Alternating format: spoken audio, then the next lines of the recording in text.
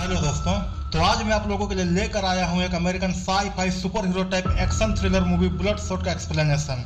यह मूवी साल 2020 में रिलीज हुई थी। इसमें एक ऑर्गेनाइजेशन आरएसटी को दिखाया गया है जिसमें के एडवांस साइंस एक्सपेरिमेंट के द्वारा लोगों, खासकर पूर्व सैनिकों को ही एक जैविक हथियार में परिवर्तित कर अपना लक्ष्य साधा जा रहा था। इस ट्रैप में मूवी का हीरो भी फंसा हुआ था। इस ट्रैप को वह कैसे तोड़ता है, यही इस मूवी की हाईलाइट है। इस शानदार मूवी को डेविड विल्सन ने डायरेक्ट किया है, जबकि जेफ गोल्डबर्ग ने कहानी को लिखा है। इस मूवी को इसके मेन हीरो विन डीजल ने ही नील मोटिस, टॉबी जेफी और दिनेश समदसानी के साथ मिलकर प्रोड्यूस किया है। इसकी प्रोडक्शन कंपनीज में मुख्य रूप से कोलंबिया पिक्चर्स थी अपनी अन्य सहायक कंपनियों के साथ, जबकि डिस्ट्रीब्यूशन का काम सोनी पिक्चर्स रिलीजिंग ने संभाला था। इस मूवी में मुख्य भूमिका में Vin Diesel, Eiza Gonzalez, Lamorne Morris और गाय पियर्स आदि हैं। खैर, इतना इंट्रोडक्शन शायद काफी होगा। अब आगे बढ़ते हैं और शुरू करते हैं हमारा एक्सप्लेनेशन। तो मूवी की शुरुआत एक मिलिट्री ऑपरेशन के साथ होता है जो कि केनिया के मोम्बासा में कंडक्ट हो रहा था। यह ऑपरेशन आतंकवादियों द्वारा कैद किए गए एक बंदी को बचाने के लिए हो रहा था। हम देखते हैं कि मूवी के मेन हीरो को आतंकवादियों के अड्डे का पता चल जाता है, तो वह ऊपर से आने वाले कमांड्स को इग्नोर करके अकेला ही अंदर घुसकर जबरदस्त तरीके से उन पर टूट पड़ता है। वह सबको मार डालता सिवाय एक के, जिसने उस बंदी बनाए हुए व्यक्ति को अपने गन पॉइंट पर लिया हुआ था। वह रे को सरेंडर करने के लिए बोलता है, तो रे काफी रिलैक्स होकर सरेंडर कर देता है। पर अचानक ही रे उस आतंकवादी को कंफ्यूज करके गोली मार देता है और उस बंदी को बचा लेता है। Mission complete. पर यह क्या, रे को गोली लगी थी, शायद वह बुरी तरह जख्मी था। उसके बाद अगला सीन इटली के एवियानो एयरबेस का होता है, जहां सारे सिपाहियों को मिशन से वापस आते हुए दिखाया जाता है। यहाँ एयरपोर्ट पर लैंड करने के बाद सभी सिपाही एक दूसरे से विदाई लेते हैं। यहाँ रे से मिलने के लिए उसकी बीवी जीना भी आई हुई थी। रे उसके साथ घर वापस जाता है, सुकून भरे कुछ समय बिताता है। पर जीना रे के इस जोखिम भरे काम और उसके खतरों से काफी आशंकित रहती थी। खैर, रात बीतती है और सुबह आती है, पर रे को पता ही नहीं था कि यह सुबह उन दोनों के लिए कयामत लेकर आएगी। सुबह सुबह वो एक नोट पढ़ता है जिसके अनुसार जीना ब्रेकफास्ट लेने के लिए बाहर गई हुई थी। तभी रे पर दो लोग हमला कर देते हैं, पर रे उन दोनों को निपटाकर जीना की तलाश में जैसे ही बाहर निकलता है, एक आदमी से टकरा जाता है। पर वह कोई आम आदमी नहीं था, क्योंकि वह जिससे टकराया था उसने रे को एक डॉट चुभा दिया था, जिससे कि रे बेहोश हो जाता है। होश आने पर वह खुद को एक कसाई घर में बंधा हुआ पाता है। यहाँ वह व्यक्ति जिसने रे को बेहोश कर किडनैप किया था वह भी था। वह रे को अपना नाम मार्टिन एक्स बताता है। साथ ही रे से मोम्बासा के ऑपरेशन के इन्फॉर्मर के बारे में भी पूछता है। इस पर रे साफ मना कर देता है और बोलता है कि उन्हें इन सब चीजों की जानकारी नहीं होती है, वे सिर्फ ऑर्डर को फॉलो करते हैं। इन्फॉर्मेशन नहीं मिलने पर मार्टिन रे की बीवी जीना को मार डालता है। इस पर रे आपे से बाहर आ जाता है और मार्टिन को धमकी देता है कि अगर वह जिंदा रह गया तो उसे कहीं से भी ढूंढ निकालेगा और मार डालेगा। इस पर मार्टिन रे को भी गोली मार देता है और स्क्रीन ब्लैकआउट हो जाता है। फिर जब रे की आंख खुलती है तो वह खुद को एक हाईटेक फैसिलिटी में पाता है। यहाँ उसे केटी और डॉक्टर हार्टिंग मिलते हैं। हम देखते हैं कि रे को होश आने पर डॉक्टर हार्टिंग काफी आश्चर्यचकित और खुश थे, पर रे उसकी याददाश्त पूरी तरह से चली गई थी। यहाँ डॉक्टर हार्टिंग रे को बताते हैं कि उन्हें उसकी बॉडी लगभग मरी हालत में यूएस आर्मी से मिली थी। उनका ऑर्गेनाइजेशन आरएसटी को इस एक्सपेरिमेंट के लिए, जिसका नाम है ब्लडशॉट। रे के सवाल पर केटी जवाब देते हुए बताती है कि अब उसका इस दुनिया में कोई नहीं है, क्योंकि यूएस आर्मी अनक्लेम्ड बॉडीज को ही एक्सपेरिमेंट के लिए दिया करती है। आगे डॉक्टर हार्टिंग खुश होते हुए रे को बताते हैं कि रे दुनिया का पहला व्यक्ति है जो कि मरकर जिंदा हुआ है, उनका पहला सक्सेसफुल इंसानी एक्सपेरिमेंट। डॉक्टर हार्टिंग रे को बताते हैं कि उनकी फैसिलिटी जंग में घायल एवं अपंग सिपाहियों के अंगों को मशीनी अंगों से रिप्लेस कर उन्हें और पावरफुल बनाने का काम करती है। उदाहरण के लिए केटी को एक आर्टिफिशियल रेस्पिरेटरी सिस्टम, टिप्स को नकली आंखें और जिमी को नकली पैर दिए गए हैं। और रे को तो एक नया जीवन मिला है। उसके शरीर में अरबों खरबों नैनोबोट्स हैं जिन्हें हार्टिंग नैनाइट्स बुलाता है। ये नैनाइट्स उसके शरीर में खून की जगह दौड़ते हैं और रे के किसी भी घातक घाव को भरकर उसे फिर से स्वस्थ कर देते हैं। इस कारण रे लगभग अमर हो चुका है। पर रे को यह सब वहम लग रहा था और वह सोने चला जाता है। उसे लगता है कि शायद जब वह नींद से जागेगा तो उसे सब कुछ ठीक हुआ मिलेगा। पर सोते हुए उसे अपने बीते जीवन की कुछ झलकियां मिलती है और उसकी नींद खुल जाती है। जागने के बाद वह जिम में जाकर अपने शक्ति का परीक्षण करने लगता है। यहाँ वह अपने मुक्के से कंक्रीट के पिलर को मारकर क्रैक कर देता है। साथ ही अत्यधिक भारी डंबल्स को भी आसानी से उठा ले रहा था। फिर उसे पानी के अंदर तैरती हुई केटी दिखती है, जो कि कृत्रिम अंगों की वजह से पानी के अंदर सांस ले सकती थी। यहाँ रे के साथ बात करते हुए केटी उसे ड्रिंक के लिए इन्वाइट करती है, पर यहाँ पर ड्रिंक लेते हुए रे की आदत ताजा होने लगती है।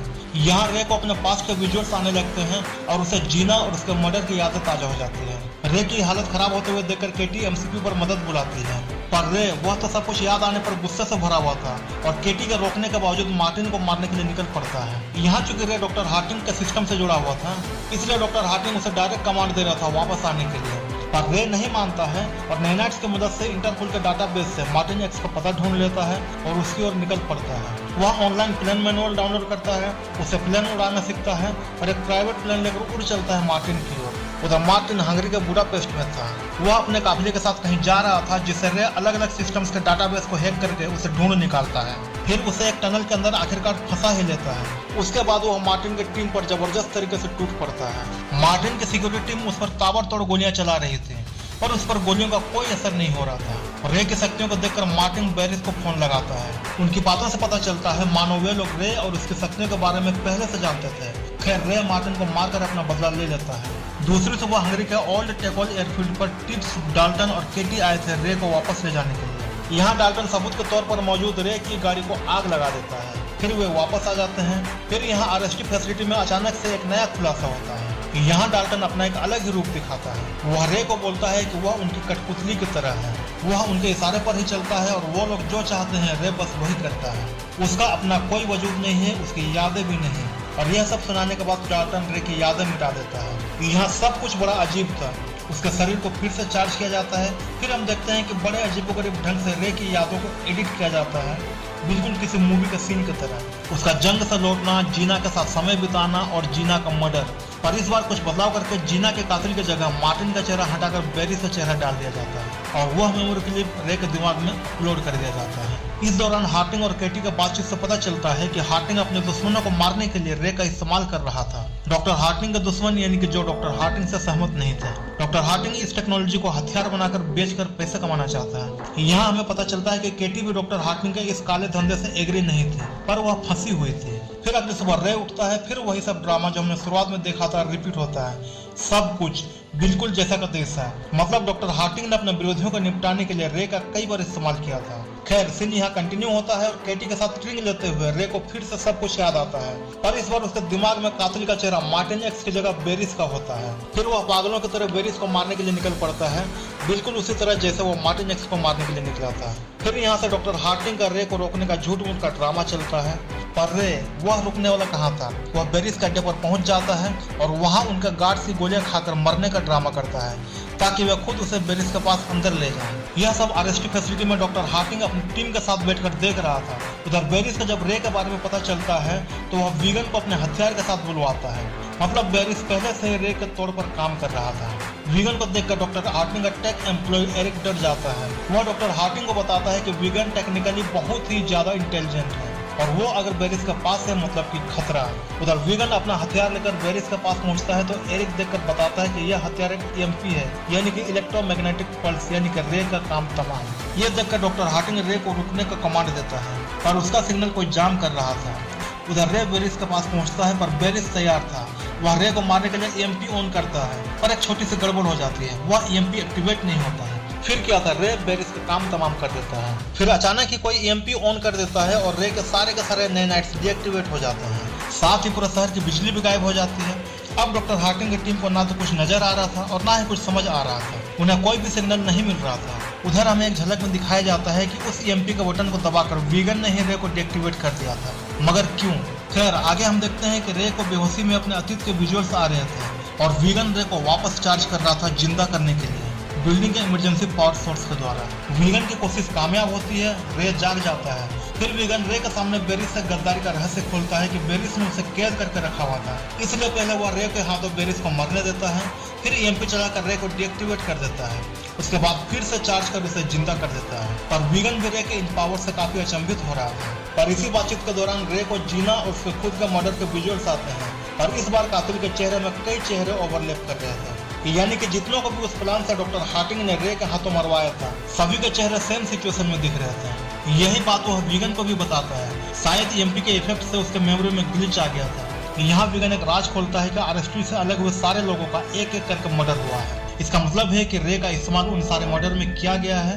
ये बात रे और वीगन दोनों समझ जाते हैं। ये जानते ही रे यहाँ से निकलने लगता है जीना और हार्टिंग की तलाश में, पर वीगन ये नहीं चाहता था, क्योंकि रे अगर उनके हाथ लग गया तो इस बार हो सकता है कि रे की मेमोरी में कातिल की जगह वीगन को फिट करके रे के हाथों वीगन का ही मर्डर करवा दिया जाए। पर रे नहीं मानता है और अपने नैनाइट्स के सैंपल को वीगन को दे करके उनके बारे में पूरी जानकारी निकालने को बोलता है। तो वीगन भी जाते हुए रे को एक सैटेलाइट फोन देता है और एक टोटली मैनुअल कार देता है ताकि हार्टिंग की टीम उसे इंटरनेट के जरिए ढूंढ ना सके। रे जैसे ही वहां से निकलता है डॉक्टर हार्टिंग की टीम को सैटेलाइट के जरिए मैप पर एक मूविंग सिग्नल वहां से निकलते हुए मिलता है, पर पावर ठप होने के कारण किसी भी उपकरण को हैक करके कोई भी फुटेज नहीं निकाल पा रहे थे। इसलिए डॉक्टर हार्टिंग डाल्टन और टिप्स को उस सिग्नल के पीछे भेजता है। यहाँ हम देखते हैं कि टिप्स को रे के प्रति थोड़ी सहानुभूति थी क्योंकि वह उनमें से ही एक था, और डाल्टन वह तो रे को खत्म करने के फिराक में था। उधर रे जीना की तलाश में लंदन पहुंचता है। यहाँ उसे जीना मिलती भी है और उसका व्यवहार थोड़ा अजीब था। रे को यहाँ जीना बताती है कि अब उसका अपना परिवार है और बच्चे हैं। यह सुनकर रे हैरान था।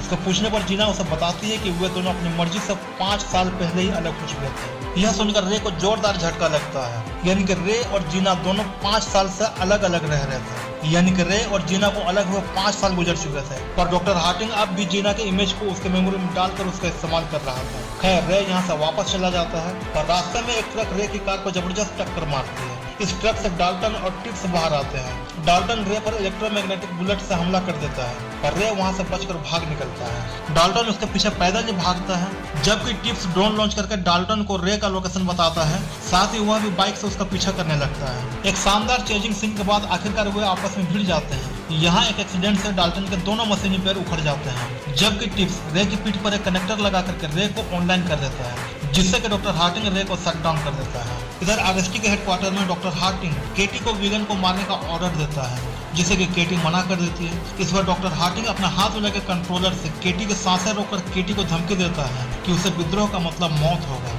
आखिरकार केटी वीगन को मारने के लिए निकल पड़ती है। वीगन सोहो के एक होटल से अपने गार्ड्स के साथ निकलता है तो केटी उन पर हमला करके सारे गार्ड्स को मार गिराती है। वीगन अब केटी के कब्जे में था। उधर डॉक्टर हार्टिंग एक 3D स्कैनर चैम्बर से अपनी इमेज के द्वारा रे के दिमाग से कनेक्ट होकर के उसे अपने साथ काम करने के लिए समझाता है, पर रे के नहीं मानने पर वह रे के सपने से बाहर आकर उसके सपने को खत्म कर देता है। यहाँ जब केटी आती है तो डाल्टन उसे बताता है कि रे को खत्म कर दिया जाएगा, क्योंकि उसे पता था कि केटी के दिल में रे के लिए सहानुभूति है। उधर अंदर जाकर केटी डॉक्टर हार्टिंग को बताती है कि वीगन उसके हाथ से बच निकला। यहाँ वह झूठ बोल देती है, पता नहीं वह बाहर क्या प्लान बनाकर आई थी। वीगन के बचने की खबर सुनकर डॉक्टर हार्टिंग रे के नैनाइट्स एक्सट्रैक्शन को रुकवा देता है और रे के लिए एक नया टारगेट वीगन का पैकेज तैयार करवाता है। उधर केटी स्कैनिंग रूम में घुसकर सिस्टम से छेड़छाड़ करती है और रे के सपने में जाकर उसे वीगन से ऑनलाइन कनेक्ट कर देती है, जिससे कि वीगन सिस्टम में घुसकर सब कुछ अपने मुताबिक कर देता है। जबकि वह एरिक को यह गलतफहमी भी दे देता है कि एरिक ने कमांड सेंटर में सब कुछ ठीक कर दिया है। तभी रे जाग जाता है। इसे एरिक समझ जाता है कि कुछ तो गड़बड़ है, जबकि डॉक्टर हार्टिंग अंदर आ जाता है और केटी को मारने की कोशिश करता है, पर केटी वह अब उसके सिस्टम के कंट्रोल से बाहर हो चुकी थी। यह सब शायद केटी का प्लान और वीगन का इंटेलिजेंस का कमाल था। खैर यह सब देखकर डॉक्टर हार्टिंग डाल्टन और टिप्स को यह ऑर्डर देता है कि रे को ढूंढकर खत्म कर दें और यह भी बताता है कि केटी अब बागी हो चुकी है। उधर केटी सर्वर रूम में जाकर सब कुछ उड़ा देती है ताकि रे को रिप्रोग्राम करने के लिए कोई बैकअप डाटा ही ना हो। उधर रे और डाल्टन आमने सामने भिड़ जाते हैं। डाल्टन अपने रोबोटिक हाथों से रे पर भारी पड़ने लगता है। वे लड़ते हुए एक लिफ्ट के ऊपर आ गिरते हैं, जहां मदद के लिए टिप्स भी आ पहुंचता है। बड़ी जोरदार लड़ाई होती है, पर समय पड़ने पर जब टिप्स को मदद की जरूरत पड़ती है तो डाल्टन उसकी मदद नहीं करता है और उसे मरने देता है। इस तरह सबको खत्म करके वह शायद अकेला राज करना चाहता था, पर होता इसका उल्टा है। अंत में रे और डाल्टन भी नीचे गिर जाते हैं, जिससे कि डाल्टन मारा जाता है और रे की कंडीशन भी काफी खराब होने लगती है। फिर वह देखता है कि डॉक्टर हार्टिंग भागने की कोशिश कर रहा है। इस पर वह भागते हुए डॉक्टर हार्टिंग के पीछे पड़ जाता है और उसके कार को डैमेज करके उसे रोक देता है। हार्टिंग कोई रास्ता ना पाकर रे पर एक स्पेशल गन से फायर कर देता है, जिसका बुलेट को रे अपने हाथों से रोक लेता है, पर उसके धमाके से रे के नैनाइट्स लेवल गिरने लगते हैं। हार्टिंग फिर से फायर कर देता है, पर रे फिर से बुलेट को रोककर उसके एक्सप्लोसिव को एक्सपोज कर देता है। तब तक रे का नैनाइट लेवल 0 हो चुका था। इससे वीगन और केटी दोनों डर जाते हैं, पर डॉक्टर हार्टिंग खुश हो जाता है और वह रे को मारने के लिए आगे बढ़ता है, पर तभी वो एक्सप्लोसिव फट जाता है। इससे डॉक्टर हार्टिंग मारा जाता है